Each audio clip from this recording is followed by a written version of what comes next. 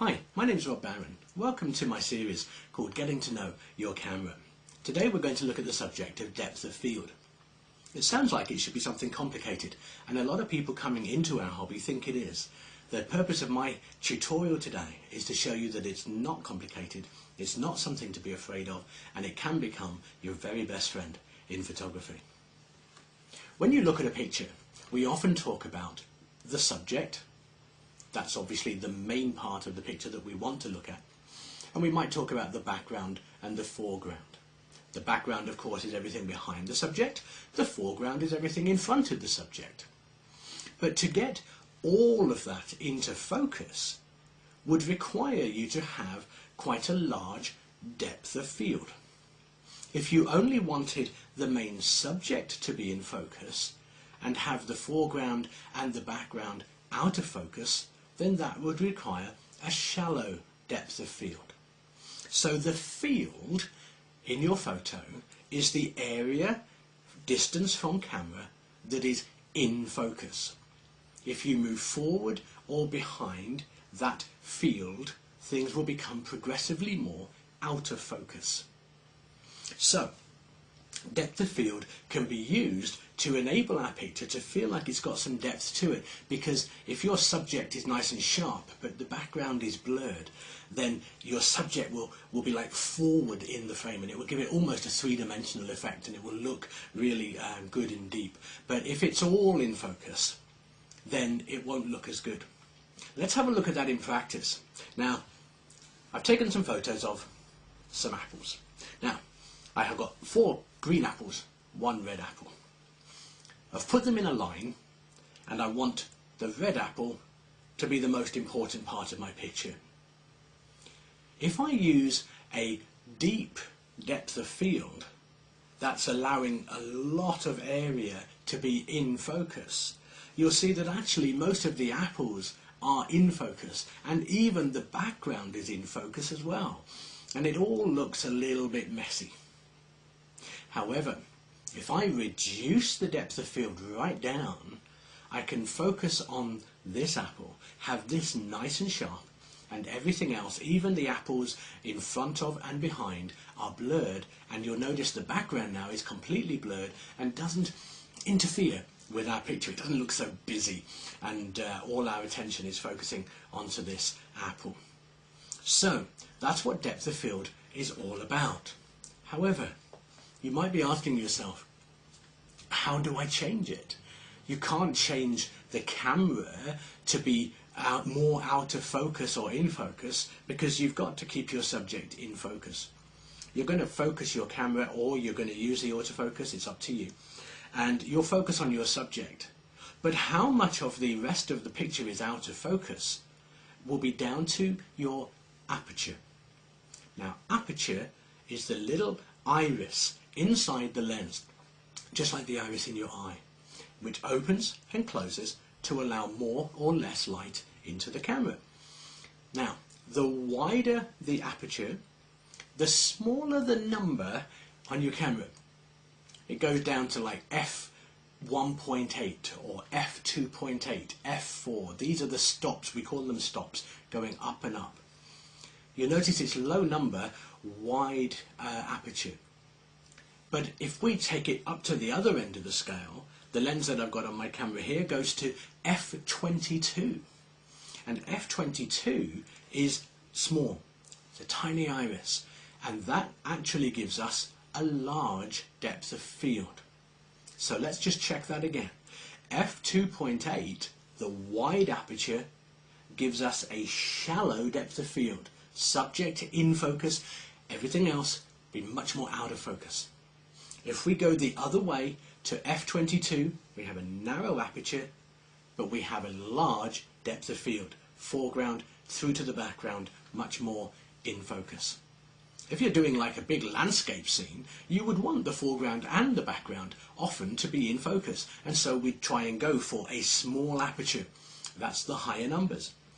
But if we're doing other photos, we might want to get that narrow or shallow depth of field. How do we change it? Well, your camera might be different to mine. This is a Canon 40D, and they all operate in the same way, they just maybe change the button that they do it with. Now, what I'm doing is I'm going to adjust with this wheel here, and this will adjust my aperture when it is in AV mode. Okay, AV means aperture priority. I'm setting the aperture, the camera is setting the shutter speed. Okay, as I change this wheel, you can see the figure here, and I'm just pointing that out to you now with a little cocktail stick. As you look at it at the moment, you can see it says f2.8. f2.8 is a very wide aperture. But as I turn the wheel, I'm changing it in what we call half stops. So going up through the apertures, the numbers are getting higher, but the window is getting smaller. Okay, so we've gone from f2.8, 2 clicks takes us to f4, and we carry on through f5.6, 8, 11, and up to f22. And f22, of course, is that very narrow aperture with the wide or deep depth of field. But what I want for the purposes of this photo is to get a shallow depth of field. If we look at these videos, DVDs sitting on my shelf, I could take a photo with a deep depth of field with a large number aperture, so f22, but you can see that all of the videos are sharp, they're all in focus. If I was trying to tell you about one video, let's say this one here, I'd want the camera to be focusing sharp on this one, but I want the others to be more out of focus. So, down to f2.8, and look at the difference. Now you can see that my focus is on just this video. The others are blurred, and you would know by looking at it they're not important. This one is. And we can use that for all of our other pictures in different ways. Portraits. Take a photo of a person, have the background completely out of focus. It will give a nice depth and they will stand out beautifully. Take a look at this picture of my little statuette that I have here. Now, I've taken a photo of this with this curtain behind me using a narrow aperture, that's the deep depth of the field, and you'll see that it's all in focus, including the pattern on the background here, which doesn't look very good. But look at this photo. This is with the wide aperture, f2.8, and a shallow depth of field. The face is in focus. Everything else, even part of the statue, is out of focus, but the background is now blurred and isn't interfering, and so the photo is sitting forward and giving you that nice depth to the picture. It's standing out and not being distracted by the other things that you can see there. And that is what depth of field is all about. Now remember, we're talking in the extremes from f22 right the way down to f2.8, but there are stops all the way down. And so if you want a medium depth of field, then you can go for f8 or f11. Now, here's something you should know. The point of focus, let's say our main subject, here we've got my finger.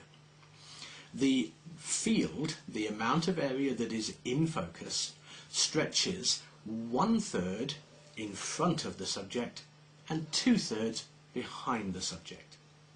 That's the way you need to think about it. So this area here is going to be in focus. As long as I focus somewhere in this area, I'm going to be getting something that's nice and sharp. But if I focus right the way back here, then my finger will be completely out of focus. It won't look right. So you can get a shallower or narrower depth of field, and you can choose how much you want by selecting the aperture accordingly. Look at this lovely picture of some stamps. You can see that it's a little abstract picture, and the very front part of the stamps are nice and sharp in focus, but those stamps which are a bit further behind, they're completely blurred. And look at this little toy soldier. These two photos, by the way, courtesy of a friend of mine called Fiona, very good photographer. And you'll see that this picture, the toy is very, very sharp, and it really stands out. There are other toys behind it, but they're part of the subject. We want them to be there, but we don't want them to interfere with the main subject. But that main subject is able to really stand out because she's used a shallow depth of field, a wide aperture, f2.8, f4, that area.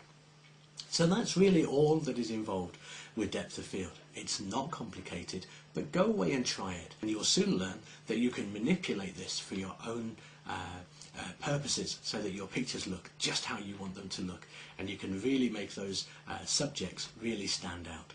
I hope that's helped you to understand what depth of field is all about. Look forward to seeing you again.